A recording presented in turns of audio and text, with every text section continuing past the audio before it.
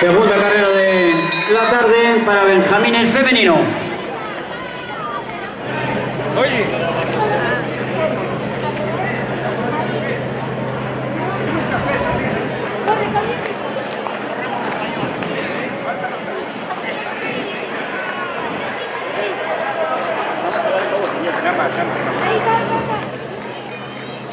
Ya solo resta la vuelta a la iglesia.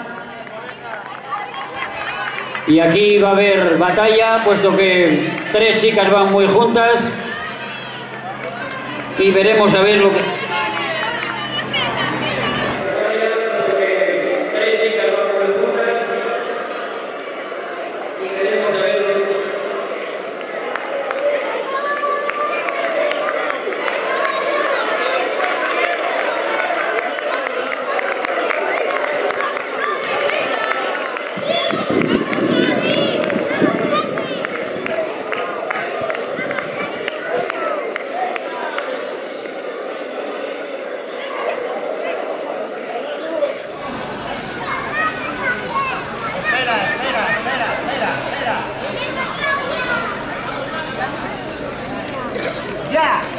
Ya está la meta, ya.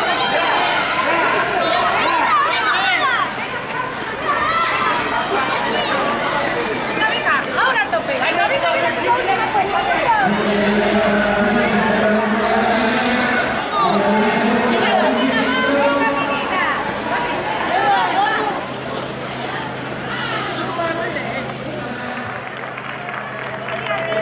Para el primer puesto muy disputado.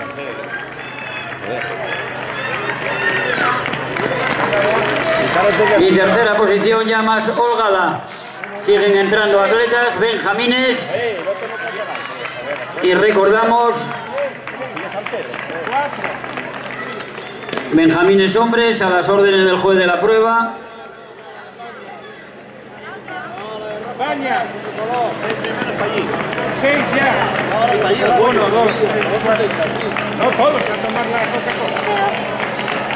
Cada bollo 6. Cada bollo 6. Vale.